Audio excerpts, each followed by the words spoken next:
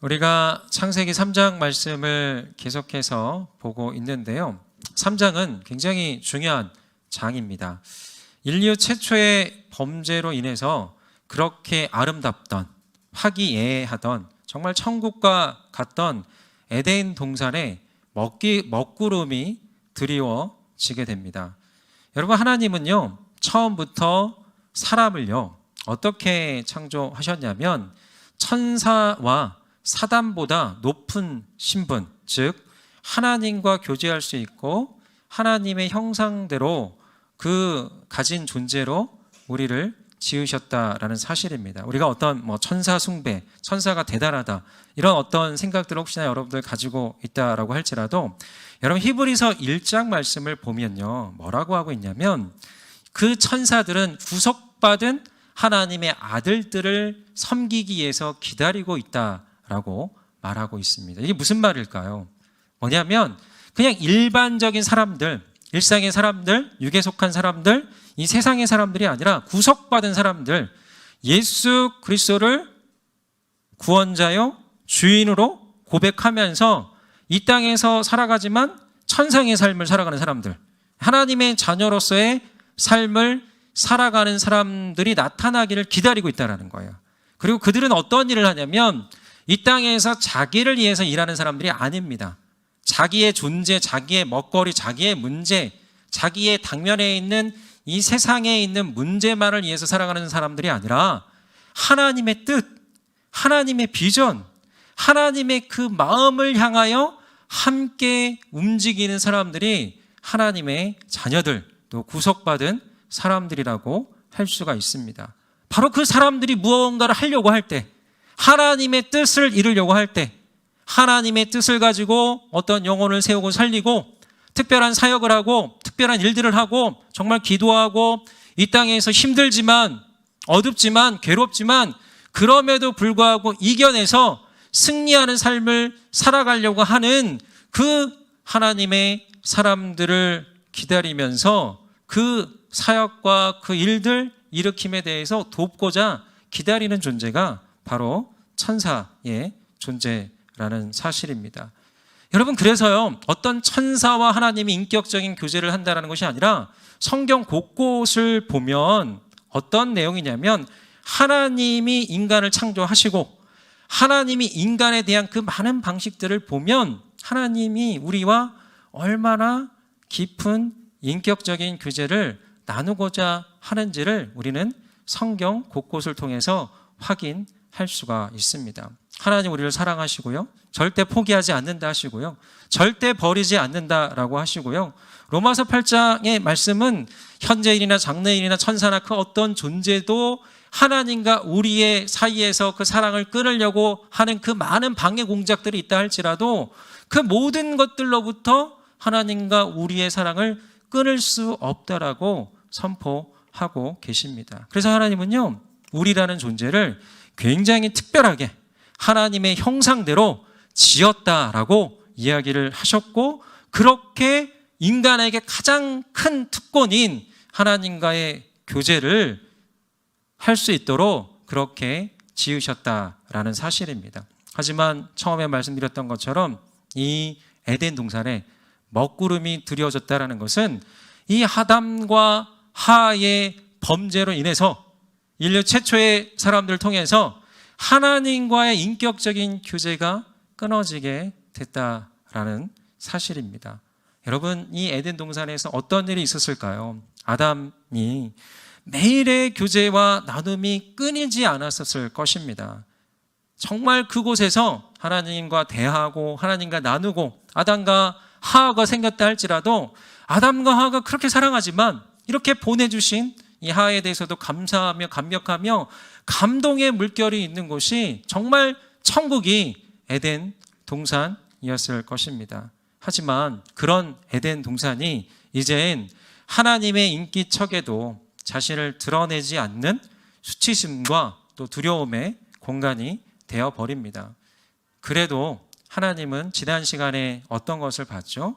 그럼에도 불구하고 이들이 정말 중요한 하지 말라고 했던 그것을 했던 그 죄에도 불구하고 하나님은 무엇을 시도하시죠?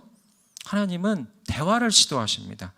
하나님 대화를 하실 때 그냥 찾아다니면서 너 어디 있어? 너 왜 그랬어? 이렇게 먼저 하는 것이 아니라 하나님은 인격적으로 너 아담아 어디 있느냐? 그리고 왜 수치스러워하느냐? 그리고 내가 먹지 말라 한 열매를 먹었느냐라고 질문을 하십니다. 여러분, 이거는요, 하나님께서 아담에게만 하는 질문일까요? 아담에게만 어떤 죄를 지었기 때문에 아담에게만 던지는 질문일까요? 하나님은요, 지금도 이 순간에 여러분들에게 질문하고 있는 질문이 바로 이 질문이 아닐까 싶습니다. 바로 보이는 우리 형제님이 경훈 형제여서 경훈아 내가 어디 있느냐? 예. 현민아 내가 어디 있느냐? 예. 유미야 내가 어디 있느냐? 예. 어디 있느냐라는 것은 무슨 의미일까요? 내가 과연 하나님께 가까이 있느냐? 내 앞에 가까이 있느냐? 아니면 저 멀리 세상 가운데 있느냐? 아니면 너의 마음의 중심의 보좌 가운데 너를 향한 마음 가운데 있느냐라고 끊임없이 묻고 계시는 것이 하나님께서 아담에게만 하는 질문이 아니라 바로 지금도 여전히 우리만의 선악과를 따먹고 있는 여러분들에게 하는 질문이라는 것입니다. 여러분, 거기만 있는 것이 아니라 왜 그렇게 하였느냐라고 어떤 하나에 따지듯이 이유를 모를까요? 하나님께서 여러분들이 그렇게 한 이유를 모를까요? 자초지종을 모를까요? 그걸 알고 싶어서 모를까요? 이 아담에게? 이런 질문이 하나님이 필요하셨을까요? 필요한 게 아니었던 거예요. 하나님은 기다리는 거죠. 하나님은 인격적인 배려인 거죠.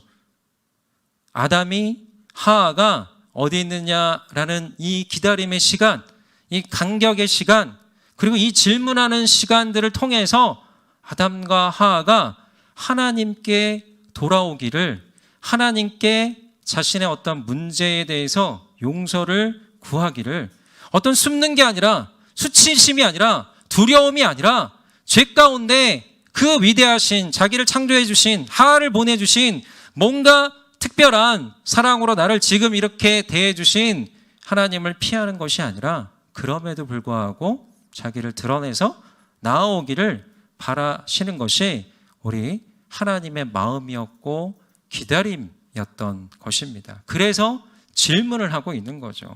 내가 어디 있느냐? 왜 그렇게 하였느냐? 여러분, 한번 이 질문을 여러분 영적인 음성을 통해서 한번 여러분들에게 진지하게 묻는 이 시간이 되기를 소망합니다. 제가 여러분들에게 묻는 게 아니라 어떤 하나의 이 말씀에서 그냥 아담에게만 했던 이 내용이 아니라 여러분, 말씀은요 통시적인 거예요. 과거에만 있는 것이 아니라 지금도 살았고 운동력 있으면서 여러분들의 영적인 이 깃 가운데 다시 한번 여러분들의 생각을 울리며 여러분들의 마음을 울리며 각성시키는 말씀이라는 것이죠. 내가 과연 하나님 앞에 있는가? 나의 아버지 되시는 주님께 있는가? 여러분, 이렇게 예배하는 자리에 와 있다라고 할지라도 내가 얼마나 하나님을 향한 마음 가운데 있습니까? 한번 물어보시길 바랍니다. 여러 가지 인간적인 생각과 인간적인 판단과 많은 것들이 우리의 생각 가운데 내재되어 있을 수도 있습니다. 여러분은 세상의 문제들을 놓고서 아직 버리지 못하고 하나님께 온전히 예배하지 못하는 그런 마음이 있을 수도 있다라는 사실이죠. 그런데 오늘 이 질문 앞에 여러분, 이 질문이라는 건 각성을 하게 되는 질문이에요. 하나님의 질문은 끊임없이 예수님도 질문하시잖아요. 예수님도 이 땅에 오셔서 많은 이들에게 말씀하실 때 그냥 말씀하시는 게 아니라 질문하시고 누가 나를 만졌느냐, 여러 가지 어떤 이 질문을 통해서 알지만 묻고 있고 계속해서 꺼내고 있다는 거죠. 이 질문 앞에 여러분 수치스러워하지 말고 두려워하지 말고 숨지 마시고 멀리 가지 마시고 돌아가지 마시고 한번 진지하게 하나님 앞에 나아가시면서 내가 하나님께로 다시금 더욱더 돌아가겠습니다라고 고백하시는 이 시간이 되기를 소망합니다. 그리고 죄의 자리 가운데 있다 할지라도요, 여러분 중요한 것은 이 말씀들을 보세요. 성경의 곳곳을 보세요. 여러분들을 이미 자녀로 삼아 주셨어요. 그 믿음을 갖고 계시면 돼요. 인쳐 주셨어요. 그런데 왜 자꾸 멀리서 돌아가고 있고 멀리서 가까이 나아가고 있지 못하고 있습니까? 그것이 아니라는 거죠. 그런 생각을 계속 주었다면 사단과 그의 세력 여러분들 가운데 심겨둔 잘못된 생각이 거짓입니다. 그 거짓을 뜯어 고치셔야 되고요. 그 거짓을 제거해 버리셔야 되고요. 그 모든 것들을 꺼내셔야 된다라는 사실이죠.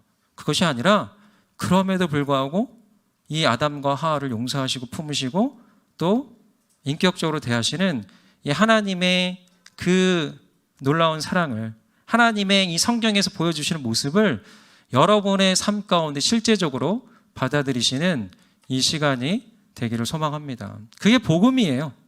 여러분 따라하겠습니다. 복음은, 조금만 더 소리를 내세요. 복음은 나의 죄에도 불구하고 나를 사랑하시는, 나를 용서하시는 하나님의 사랑이다. 여러분 믿으시죠? 네. 바로 그것이 하나님께서 바로 이 아담과 하와에게 질문하셨던 그 내용이라는 거죠. 다시 돌아오세요. 다시 돌아오시고요. 다시 주님 앞에 나아가시길 바랍니다. 여러분 그런데요, 오늘 이 말씀을 보면 아담과 하와에게는 질문합니다. 계속 질문하고 너 왜 그랬어? 너 뭐 때문에 그랬어? 또 얘기하고 어디 있어? 내가 어떻게 알았니? 이렇게 질문합니다. 하지만요, 그 아담과 하와가 아니라 아담과 하와를 유혹했던 뱀, 뱀에게는 어떤 질문 자체가 없어요. 여러분 뱀이라는 거는 사단과 그의 세력을 상징하는 거예요. 사단을 상징하는 거죠. 그죠? 사단을 상징하는 존재가 바로 뱀인데 그 뱀에게는 어떤 일정한 인격적인 기다림도 질문도 없고 바로 하나님은 오늘 이 14절 말씀 바로 징벌로 14절, 15절 말씀으로 가는 것입니다. 14절, 15절 말씀 함께 읽겠습니다. 여호와 하나님께서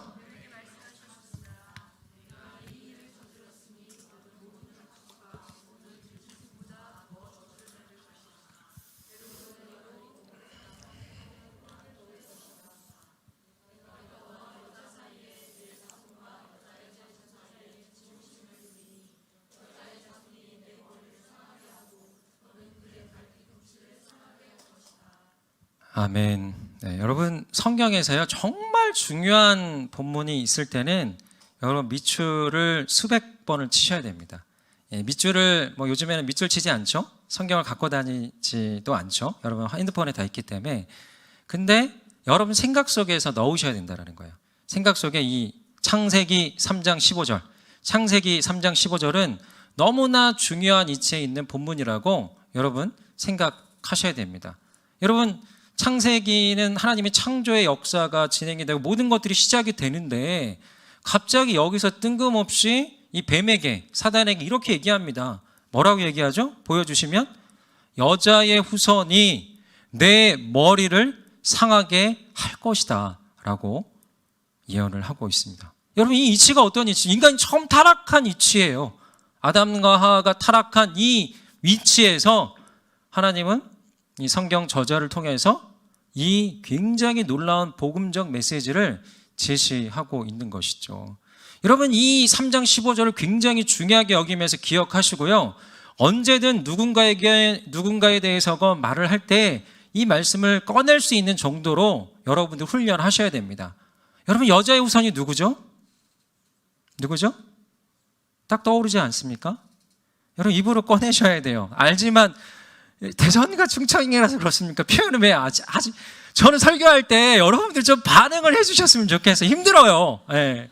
조금만 반응해 주시고 뭔가 물으면 대답해 주시고 아멘도 간혹가다 좀 적절하게 해주시고 하면 좀 설교가 신나고 재밌을 것 같아요.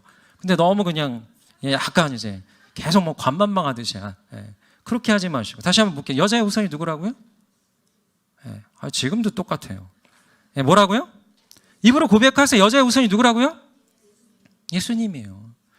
예수 그리스도가 내 머리, 누구죠? 사단의 머리를 상하게 할 것이다. 사단의 머리를 그냥 상한다라는 거는 박살낸다라는 거예요. 머리를 밟아서 완전히 뭐 뽀개버린다? 쪼개버린다? 완전히 박살내버린다라는 그 표현이 있어요. 단지 뭐 조금 상하다, 손상간다 이런 정도가 아니라 어떤 거냐면 완전히 무력화시킨다라는 그 표현이에요. 사단이 하는 것은 단지 뭐죠? 그의 발 뒤꿈치를 상하게 한다. 뭐냐면 예수님께서 이 땅에 오셨을 때 그 구원 사역을 행하고자 또 특별한 하나님의 사명을 완수하고자 갈 때 어떤 일이 있었습니까? 십자가의 길을 걸어갔죠. 사단이 유다의 생각 가운데 들어가서 팔게 하고 많은 사람들을 선동해서 십자가로 가게 하고 죽게 만들었지만 손에 못자국, 발에 못자국, 이런 머리에 가시 자국들이 있었지만 단지 팔 뒤꿈치라는 거예요. 단지 부분적인 상함만 있었다라는 거죠. 하지만 우리 예수 그리스도는 뭐가 있다라는 거죠? 그 머리라는 건 모든 것들을 컨트롤하는 컨트롤 타워잖아요. 힘이 있고 능력이 있고 모든 것들을 지배하는 그 머리가 박살났다라는 것은 완전히 끝났다라는 거죠. 그렇게 될 것이라는 예언이 창세기 3장 15절에 함께 나와 있는 본문입니다. 처음부터 이 뱀, 사단에게는 타협이 없어요. 대화가 없어요. 어떤 하나의 무엇인가 기다려주고 너 뱀, 사단 어떻게 돌아오길 바래 이런 게 아니에요. 사단은 결국이 정해져 있습니다. 무엇이죠? 영원한 불못에 들어가는 거예요. 그게 계시록 말씀에 예정되어 있는 성경의 모든 꿰뚫는 방향이라는 거죠. 그게 바로 성경의 내용 가운데 핵심적인 예언이고 그게 진리고 그걸 통해서 그 모든 과정 가운데 이것을 행하시는 분이 누구시다라는 거죠? 그 통로가 되는 게 예수 그리스도께서 오셔서 결국에는 십자가로 말미암아 그 모든 것들을 이기었다라는 것이 이 말씀으로 함께 이루어지게 되는 것이죠. 여러분 골로새서 2장 15절 말씀을 함께 보도록 하겠습니다. 읽겠습니다. 통치자들과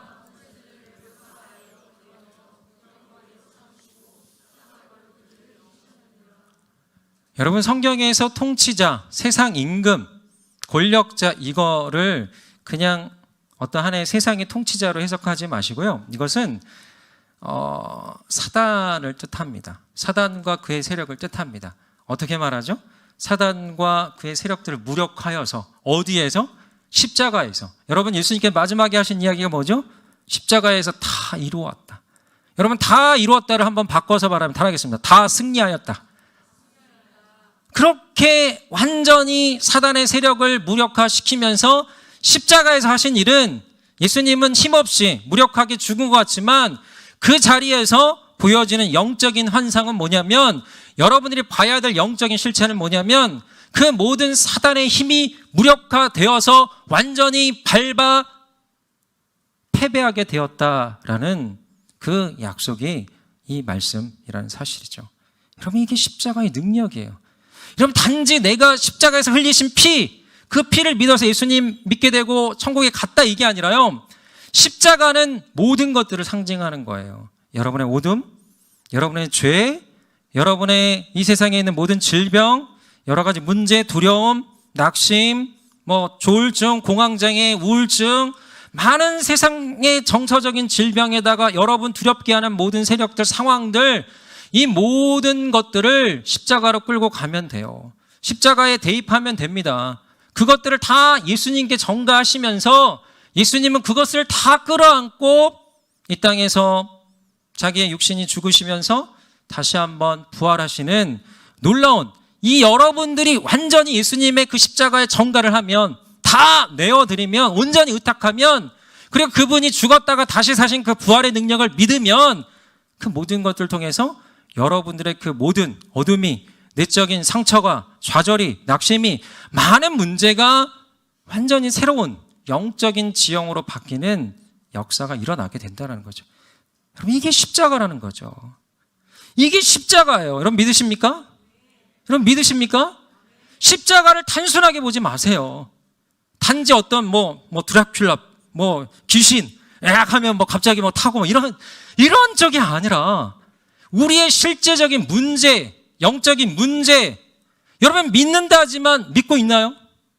예수님을 믿는다 하지만 천국에 이른 믿음이 있지만 삶의 가운데 여러분의 많은 부분들을 바꾸시고 뒤집어 엎으시는 관계도 하나 되게 하시고 나의 내면의 문제도 바꾸시고 갈등의 문제도 해결하시고 정말 무엇인가 나의 존재의 근원을 바꾸시면서 많은 내가 어떤 두려움에 빠져 있고 조울증과 많은 여러 가지 정서적인 이 문제를 빠져 있는데 갑자기 이런 것들이 제거되어지고 회복되어지는 실제적인 빛의 역사가, 나를 회복시키시는 역사가, 나를 살리는 역사가 일어나게 만드는 게 십자가라는 거죠.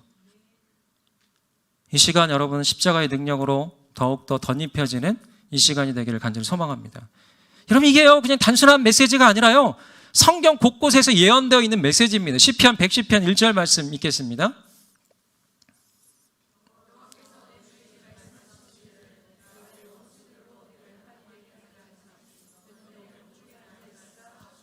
네, 이게요 다윗을 통해서 이야기를 한 거고요. 그러니까 하나님께서 내 주, 바로 예수님에게 말씀하기를 내 온수들, 사단이 내 발판, 발에 밟히는 그 대기까지 오른쪽에 앉아 있으라. 한마디로 하나님의 계획은 예수 그리스도를 통해서 사단이 예수의 발에 밟히게끔 만들 것이다 라는 것이 하나님의 계획이에요. 이게 여러분 창세기 3장에만 나와 있는 게 아니라 시편에도 다윗의 예언을 통해서 함께 보여주고 있는 말씀이고요. 그것이 또 히브리서 10장 12절 13절 말씀에도 함께 말하고 있는데 우리 13절만 읽겠습니다. 시작.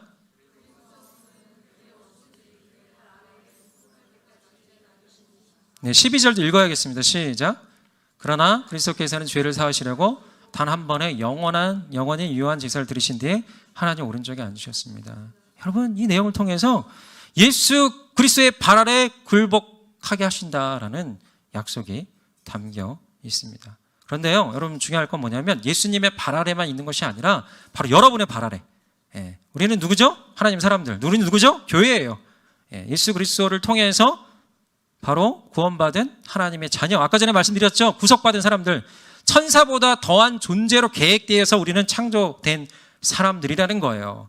그런 존재들에게 하나님께서는 우리를 통해서도 우리의 발 아래 사단이 밟히게 될 것이다라고 예언하고 있는데 우리 로마서 16장 20절 말씀입니다. 읽겠습니다. 평강의 하나님께서 속히 사단을 너희 발 아래서 상하게 하시리라. 우리 주 예수의 은혜가 너희에게 있을지어다. 여러분 아멘. 너희의 발 아래. 누구의 발 아래? 너희의 발 아래 상하게 할 것이다 라고 말하고 있습니다. 여러분 이것을 여러분들의 머리에, 마음에, 영에 새기기를 소망합니다. 이게 영적 메커니즘이에요. 여러분 기독교를, 교회를, 어떤 신앙생활을 그냥 적당하게 하지 마세요. 이런 영적인 메커니즘이 여러분 가운데 있다면 많은 삶의 문제에 대입하다 보면 거기에서 힘을 얻고 많은 문제를 해결할 수가 있어요. 이 원리를 여러분들 가운데 분명하게 새기다 보면 항상 내가 누군가에게 의존하는 사람이 아니라 이 말씀에 의존해서 영적인 원리에 대입해서 나의 문제를 스스로 해결할 수 있는 사람들이 될 수 있다는 거죠. 여러분 정말 이 말씀의 능력을 경험하는 사람들이 주변 곳곳에서 실제적인 변화가 일어나고 있어요. 이러한 영적인 비밀과 실체를 깨달은 사람에게서 실제로 우울증이 떠나가는 역사가 일어나고 있습니다. 마음 가운데 쉽게 불안해하고 염려하는 사람의 마음 가운데서 갑자기 평안이 찾아오는 역사가 일어나고 있습니다. 우울증에서 해방되고 또 여러 가지 삶의 문제에서, 두려움에서, 불안장애에서 많은 어떤 세상의 문제들을 위에다 두는 것이 아니라, 계속 사로잡혀 있는 것이 아니라, 내가 붙잡고 있는 것이 아니라, 그것도 죄예요. 어떤 문제를 내가 계속 붙잡고 있는 것도, 어떤 관계에 대해서도 내가 계속 붙잡고 있는 것도, 그것도 죄의 영역일 수 있다는 거예요. 근데 그 모든 것들을 어디로 가라는 거죠? 따라하겠습니다. 여러분 발 아래. 따라하겠습니다. 내 발 아래. 뭐라고요? 내 발 아래. 발 아래로 돌려보내세요. 위에 두지 마시고요. 그 모든 문제들을 자꾸 내가 위에 두려고 그래요. 여러분이 위에. 그러지 말고 어디로 가라고요? 여러분 발 아래. 가서 어디로 가요? 발로 꽝 하고 밟으세요. 어떤 문제들이 있으면 이 말씀을 대입하면서 너 위에 잡고 있으려고 하지 말고 내 발 아래 가 하면서 밟고 밟아서 여러분 먼저 나의 마음에서 여러분 영적인 부분에서 승리하며 나아가시는 저와 여러분들 되시기를 간절히 소망합니다. 여러분 이럴 때 모든 상황, 모든 문제들이 여러분의 발 아래로 두면서 여러분들의 마음이 자유케 될지어다. 여러분 두려움, 불안, 염려가 발 아래에서 밟히게 될지어다. 여러분 아멘 하셔야 됩니다. 네. 공황장애, 우울증, 조울증, 정서적 장애 여러분의 발 아래 밟힐지어다. 낙심, 좌절, 절망의 어두운 마음들이 여러분의 발 아래 밟힐지어다. 여러분 미움과 원망, 실망과 분노, 증오와 저주가 여러분들에게서 힘을 잃고 떠날지어다.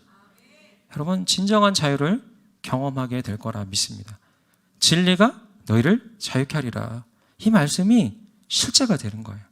이 말씀이 멀리 있는 게 아니라 예수님 믿고 내가 천국 갔다가 아니라 정말 실제적으로 내 마음 가운데 일어나는 엄청난 능력이 될 거라 믿습니다. 우리 오른쪽 왼쪽 이렇게 인사하겠습니다. 여러분 당신의 모든 문제를 발 아래 보내시길 바랍니다. 네. 여러분 계속해서 하나님의 심판이 진노와 심판이 진행이 되는데요. 하의 형벌이 먼저 진행이 됩니다. 이게 처음에 이제 뱀에게 먼저 얘기한 다음에 하에게는 이렇게 얘기하죠. 우리 16절 말씀 읽겠습니다.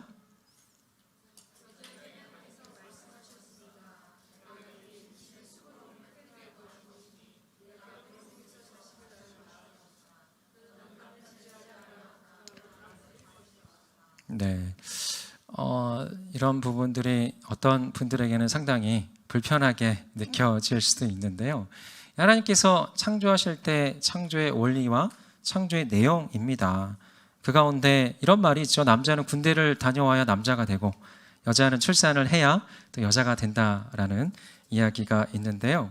이 말씀을 보면 이 임신의 수고와 그 다음에 출산의 고통을 더하게 될 것이다 라고 말하고 있습니다. 그러니까 고통이 없는 게 아니라 고통이 있었는데 그 고통 지수가 1부터 10까지라고 하면 10이 가장 고통스러운 거라고 한다면 원래는 3에서 5 정도 이 정도였다라고 한다면 아주 극단의 고통으로 그렇게 출산의 고통을 하나님께서 이 하와의 이 죄로 인해서 그렇게 또 이쪽으로 가게 된 부분이라고 할 수가 있습니다. 그런데 이제 이게 뭐 어떤 방법으로 해서 하나님께서 이 고통을 더하셨을까? 이거는 우리는 잘 모릅니다. 뭐 증인이 없기 때문에 그걸 답하기는 곤란하죠. 어떤 생리학적으로 뭐 생각해도 여러 가지 방법이 있을 수 있는데 하나님은 우리보다 굉장히 수가 높으신 분이죠. 그래서 생각할 거는 뭐냐면 이 말씀대로 고통은 증가되었다라는 거죠. 그래서 아마 이런 것일 수 있죠. 아픔을 느끼는 우리 안에 통점과 압점이 있잖아요. 이거의 수가 더해지고 민감도가 달라졌을 수 있는 가능성도 있고요. 뼈를 비롯한 몸의 구조가 살짝 바뀌었을 수도 있겠죠. 이게 구체적으로 들어간 이 부분이고요. 말씀대로 풀었을 때 그런 거죠. 근데 분명한 것은 뭐냐면 인간의 타락 사건으로 상당히 이런 부분이 많이 바뀌었고 그 고통이 더하게 되었다라는 사실입니다. 근데요, 고통이 더했다라고 해서 과연 덜일까? 이제 어찌 보면 그 출산의 수고와 수잔의 고통과 또 임신의 수고로움을 통해서 여러분 이 생명을 낳는 순간에 감동과 환희는 남자하고는 비교할 수 없는 여자에게는 엄청난 희열을 느끼게 하는 거죠. 여러분 고통이 더한 끝에 그 기쁨과 감동은 더한 것이다라는 거죠. 그래서 남자가 자녀를 사랑하는 그 사랑보다 어떤 이 여자분이 자녀를 사랑하는 사랑이 더 강할 수가 있습니다. 아마도 하나님께서는 인간을 살아가게 하는 이 법칙 가운데 특별한 벌이지만 또 다른 하나의 하나님의 인격적인 배려라고 할 수가 있습니다. 그리고 그 다음에 남편을 지배하려 하나 결국에는 남편의 다스림을 받는다라고 나와 있는데요. 개역 개정과 개역 한글에서는 이렇게 말하고 있습니다. 남편을 사모하나 남편에 대한 원하는 마음은 있으나 그렇지 않게 된다라고 이야기를 하고 있는데요. 뭐냐면 이건 이렇게 이해하시면 좋을 것 같아요. 처음에 하하가 짠하고 등장했을 때 제가 지난번에 말씀도 설명을 했을 거예요. 어떻게 등장을 했죠?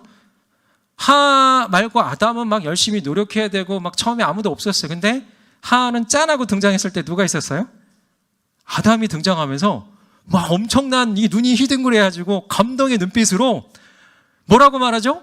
너는 내 뼈 중에 뼈요. 살 중에 살이다라고 말하면서 사랑받으면서 지음받았어요. 사랑받으면서 지음받은 존재가 여자였다라는 것이죠. 그러다가 이제 갑자기 이 아담이 나중에 이 책임 추궁을 받으니까 저 여자가 막 하면서 저 존재가 막 이렇게 막 이 아담이 그렇게 되죠. 인간은 그래요. 바뀌어요. 막 이렇게 가까웠다 멀어졌다 가까웠다 멀어졌다 그러죠. 근데 이런 거라는 거죠. 사모함을 받는 존재였는데 이제는 그 사랑을 갈구하는 존재가 되게 된다라는 거죠. 여성은 사랑을 받고 살아야 됩니다. 그죠? 예. 남자는 어떤 일에 대한 성취감이 중요하다라고 한다면 여성은 사랑받는 게 중요한데 그 사랑에 대해서 충분하게 채워지지 않을 때 사랑의 욕구가 어떤 애착과 집착과 어떤 이 갈구로 갈 수 있다라는 이 부분을 이 말씀을 통해서 함께 이야기를 하고 있습니다. 지배하려나 지배를 받게 된다. 이거는 뭐냐면 끊임없이 남자 여자 사이에 주도권 다툼이 있어요. 예. 막 지배하려 하나 헤게모니 싸움. 예. 여러분 가정에서 싸우지 않았다라고 말하는 사람들 봤습니까? 있을 수 있어요. 근데 그게요 약간 거칠해요. 예. 싸우지 않는 게 아니라 참는 거고 예. 그러다가 나중에 더 어긋나더라고요. 싸워야 하나가 되는데 싸워야 더 좋은 관계가 되는데 이게 나중에 뭐 싸우지 않고 더 어떤 문제가 벌어질 때도 있더라고요. 근데 여러분 그렇다라는 거, 이 관계의 패턴이 지배하려나 지배받게 되고 서로 간에 헤게모니 싸움하게 되는 아주 사랑과 섬김의 관계가 아니라 지배받고 지배해야 되는 이런 어떤 비인격적인 관계가 된다는 그 벌에 대해서 함께 이야기를 하고 있습니다.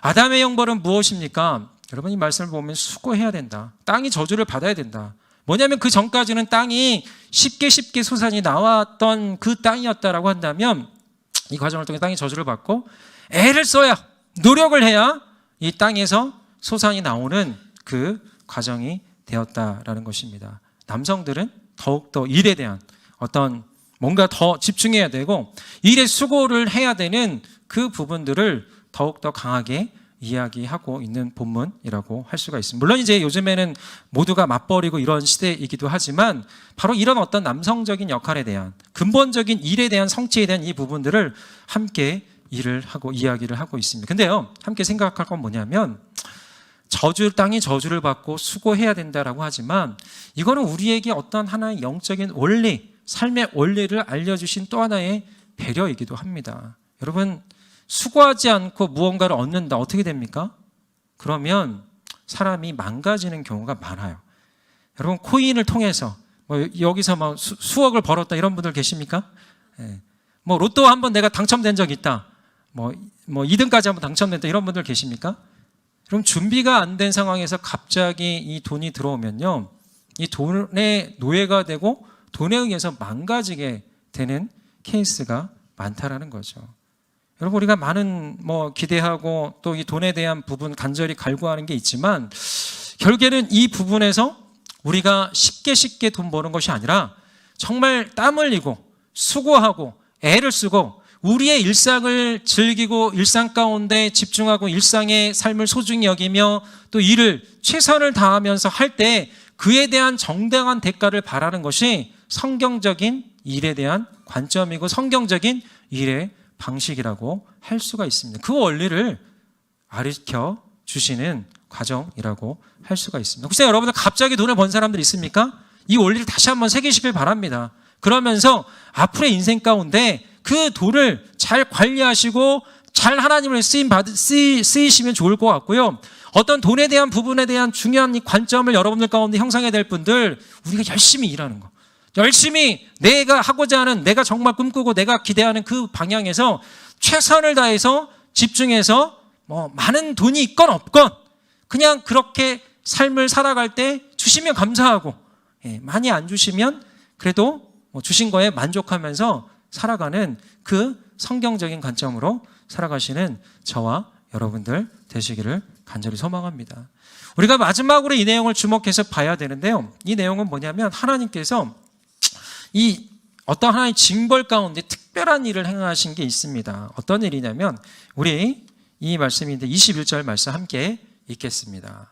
여호와 하나님께서 아담과 그 아내를 위해 가죽옷을 만들어 입히셨습니다. 여러분 이게 성경에서 이 부분이 또 굉장히 중요한 부분인데요. 그 다음에 있는 내용을 보면 에덴 동산에서 쫓겨나게 됩니다. 그 말씀이 나오는데요. 여러분 에덴 동산에서 쫓겨나는 게 결국에는 선악과를 먹으면 죽게 된다고 했잖아요. 에덴 동산 안에 생명나무가 있어요. 영원히 사는 생명나무가 있고 그 열매를 먹으면서 영원한 생명을 유지할 수가 있어요. 그러나 그걸 할 수 없게 되는 벌을 받게 되고 그 에덴 동산에 들어갈 수 없게 되는 그 결과가 낳게 됩니다. 그러나 쫓겨나지만 쫓겨나는 그들에게 하나님은 어떤 일을 행하시냐면 가죽옷을 어떤 그들이 어떻게 만들어서 입게 하는 것이 아니라 친히 가죽옷을 제작을 해서 어떻게 하나님이 어떤 하나의 움직임을 하셔서 그 가죽옷을 지어서 입혔다라는 이 표현이 나옵니다. 여러분 가죽옷이 어떤 의미일까요? 가죽옷이라는 거는 희생이 담겨 있는 거예요. 동물의 희생이 있어야 된다는 거죠. 그리고 동물의 피 흘림이 있어야 돼요. 가죽옷은 동물의 희생과 피 흘림의 과정을 통해서 바로 그것을 통해서 이 아담과 하와에 무엇을 덮어주는 거죠? 수치를 덮어줄까요? 수치도 덮어주죠.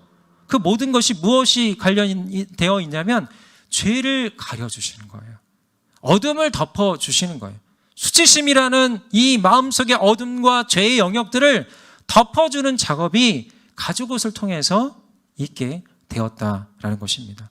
그 전까지 입었던 건 뭐죠? 무화과 나무 잎을 엮어서 입었다라고 되어 있어요. 근데 그것이 아니라 이제는 하나님께서 뭐 새로운 문명, 새로운 문물 이런 걸 넘어서서 이 영적인 상징으로 바로 동물의 피를 통해서 죄사함을 또 구원을 회복을 이끌어 가시는 하나님의 인격적인 배려라고 할 수가 있습니다. 여러분 이것에서 끝나는 것이 아니라 여러분 결국엔 뭐죠? 이것이 결국에는 나중에 뭐라고요? 나중에 누구의 모습에 흡사하죠? 예수 그리스도의 희생과 그 십자가의 피 흘림을 통해서 인간이 구원받고 인간이 죄사함 받고 죄가 가려지는 역사가 일어나게 되는 것이죠. 여러분 그게 이렇게 생각하시면 좋을 것 같아요. 가죽옷이 되신 거죠. 누가요? 우리 예수님. 누가요? 우리 예수님이 가죽옷이 되어서 우리의 죄를, 우리의 수치를, 우리의 어둠을 덮어주시고 가려주시는 하나님의 놀라운 구원의 예표가 담겨있는 말씀인 것이죠. 여러분 우리가 천국에 가면 우리의 무엇을 볼까요? 우리의 과거와 우리의 행위와 우리가 했던 뭐 헌신, 섬김, 뭐 여러 가지 예배드림 이걸 우리의 모습을 볼까요? 하나님께서? 안 봐요. 그런 모든 것들 지금 이 순간 하나님께서 보시겠죠. 근데 뭐냐면 천국에 이르는 그 순간에는 여러분의 존재의 모습, 여러분의 죄, 여러분의 모든 많은 것들을 보는 게 아니라 여러분들을 두르고 있는 예수 그리스도의 의의 흰옷을 보는 거예요.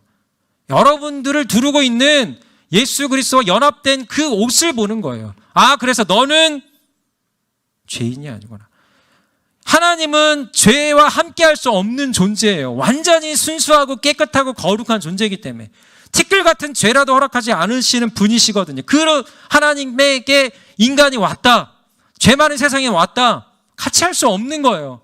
단 하나 같이 할 수 있는 이유가 단 하나의 그 근거가 바로 뭐죠? 가죽옷이 되어주신 가죽옷이 대신 예수 그리스도. 그분을 우리 마음 가운데 분명하게 모실 때, 분명하게 내 안에 새길 때 나는 그분으로 말미암아 하나님의 자녀가 되고 하나님 천국에 이를 자격을 얻었다라는 것을 내가 믿음으로 취할 때 우리는 진정한 의의 옷을 입고 하나님께 당당히 나아갈 수 있는 하나님의 자녀가 된다라는 사실. 여러분 이 사실 믿으시죠? 예.